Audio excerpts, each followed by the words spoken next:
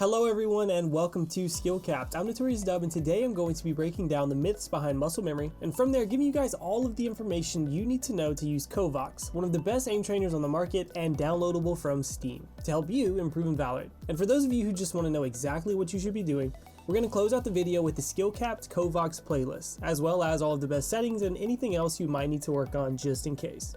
And if you're serious about improving, then go to SkillCapped.com to unlock our hyper improvement system that will teach you how to win more gunfights, master your agent, and so much more. It's backed by our rank improvement guarantee, so you have nothing to lose. So come join over 500,000 satisfied members of SkillCapped, improve that KDA, and get the rank you've always wanted at SkillCapped.com. Link is in the description below. Now, muscle memory is one of the most underrated and most important things to understand when it comes to being a good aimer, because it is literally the foundation that your ability as a gamer is built upon. And there are two things that are commonly referred to as muscle memory.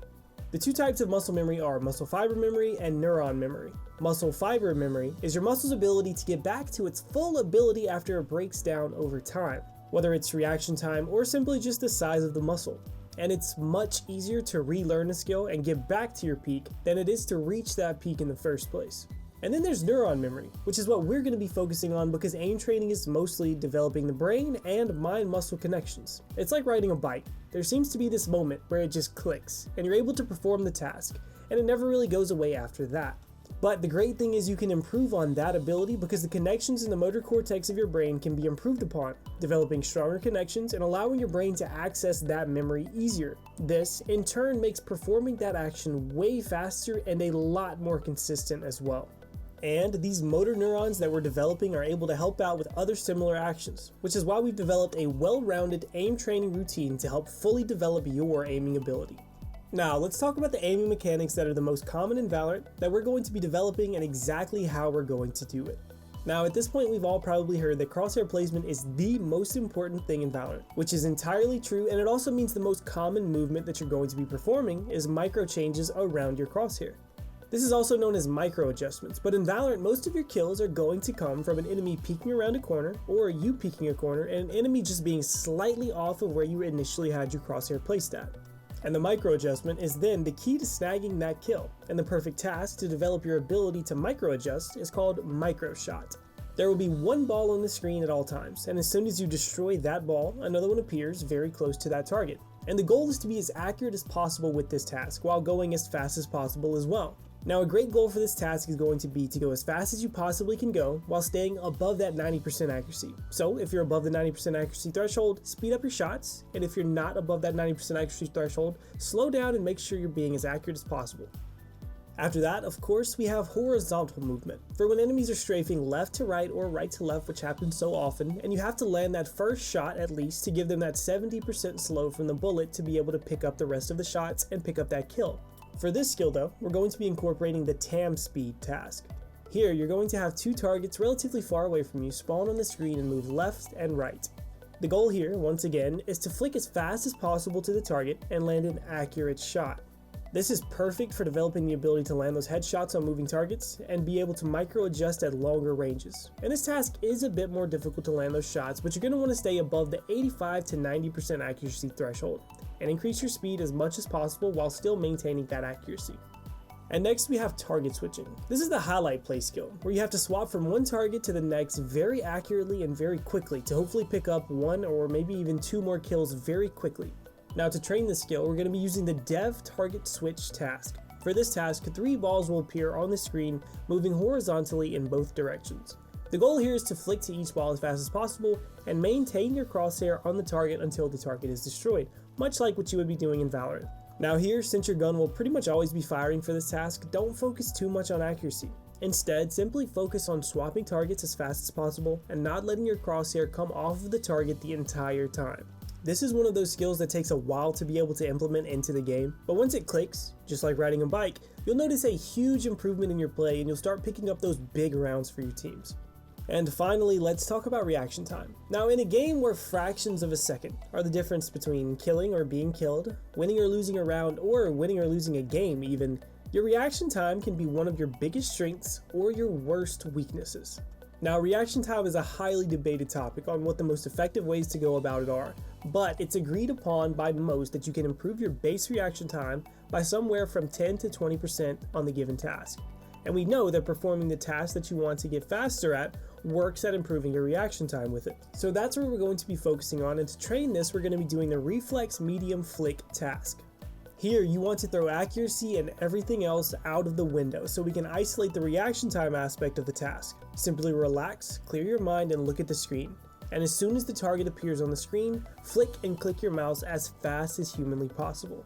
The goal of this is to train your brain to react to the stimulus of the ball appearing as quickly as possible.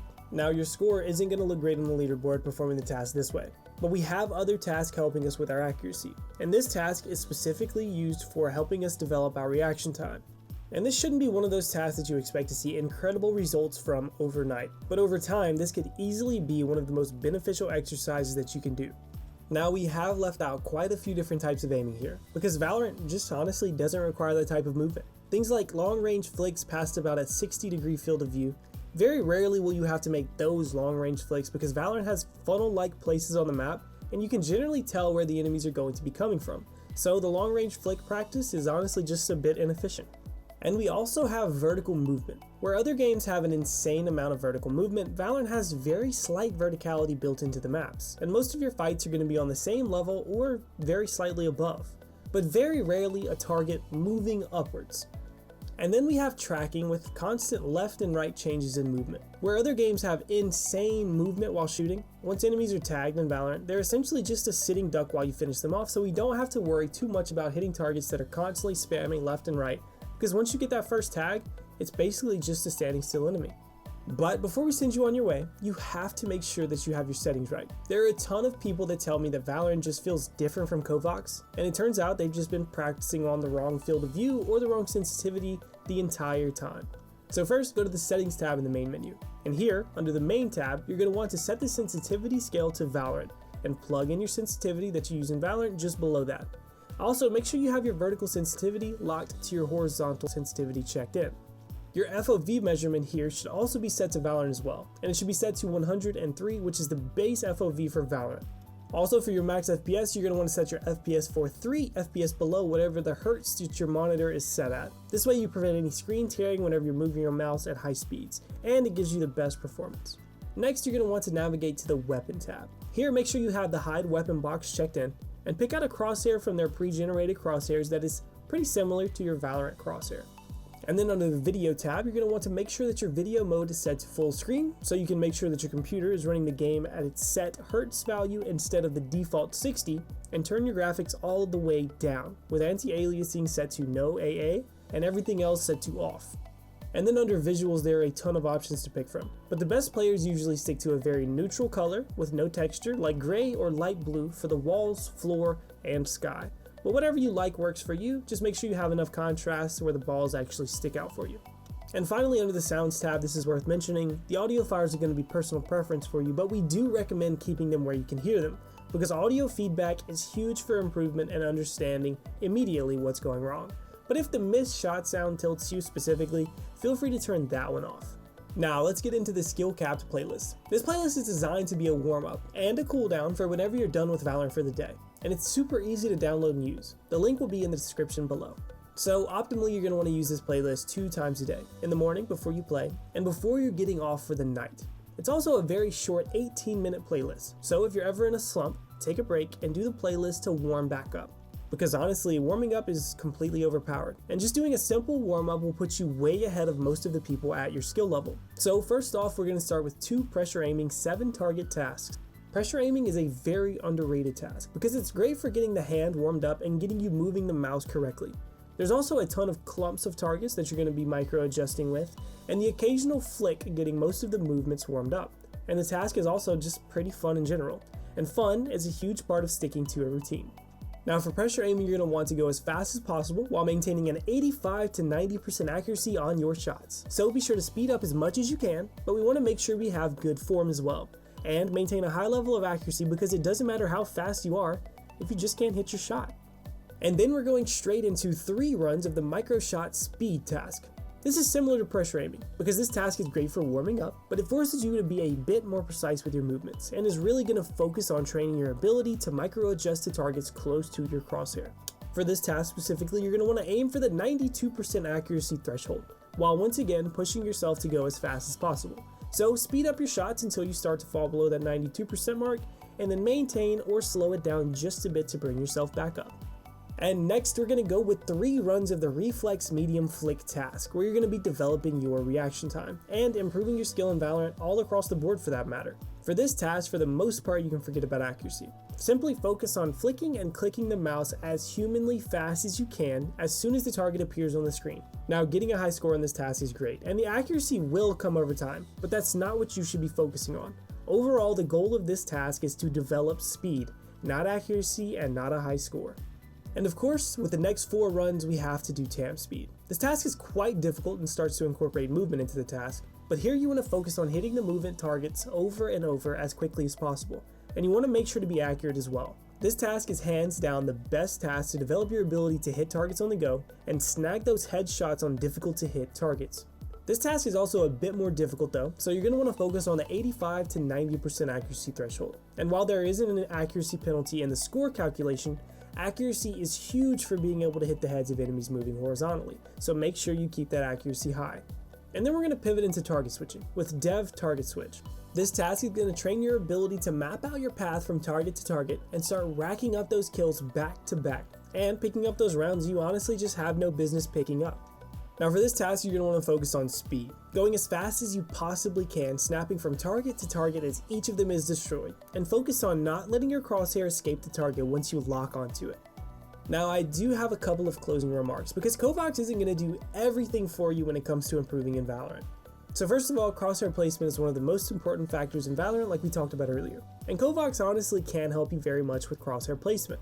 This is because crosshair placement is mostly dependent on map knowledge and understanding the headshot height of the angles that you're going to be peeking into or going to be peeked from. If you do want to train crosshair placement though, then deathmatch is going to be your best friend. So instead of focusing on winning the deathmatch, visualize the angles that you're going to be peeking into and try to predict the headshot angle with your crosshair. Another great tip is to line your crosshair up with your teammates' heads at the beginning of each round, and try to keep your crosshair at that head level throughout the entire round. This way, any enemy peeking at your level will be perfectly in line with your crosshair, and you have to move your crosshair the shortest distance to be able to hit that headshot. And of course, we have spraying. Spraying is individual for each gun in Valorant, and KovaaKS honestly just can't mimic that level of depth, and you're going to need to practice those shots as well. The best way to practice this is to go into the shooting range and pick out your gun of choice. Go to the practice dummy with the adjustable target, set it to 20 meters and focus on spraying as much as you can while keeping all of your bullets inside the smallest circle in the middle. Gradually, you're going to increase the amount of bullets that you're spraying, and in no time you'll be able to follow up that precise first shot that you're training with KovaaKS with some backup shots to finish the job. And finally, KovaaKS isn't the real game. You should always follow up your KovaaKS with some deathmatch or even games if you have the time after training in aim labs to help connect what you've practiced in isolation to the actual game of Valorant. And remember, if you want to improve, win more gunfights, and get the rank you've always wanted, then check out SkillCapped.com. Link is in the description below. So, what do you think of our routine, and what helped you improve your aim the most in Valorant? Let me know in the comments down below. And while you're down there, make sure to hit that subscribe button and turn those notification bells on, because we here at SkillCapped have a ton more comprehensive premium guides coming your way that you're going to want to stay up to date with so you can stay ahead of the pack. And as always, I want to thank you for spending this little bit of your day with us, and I'm Notorious Dub, signing off.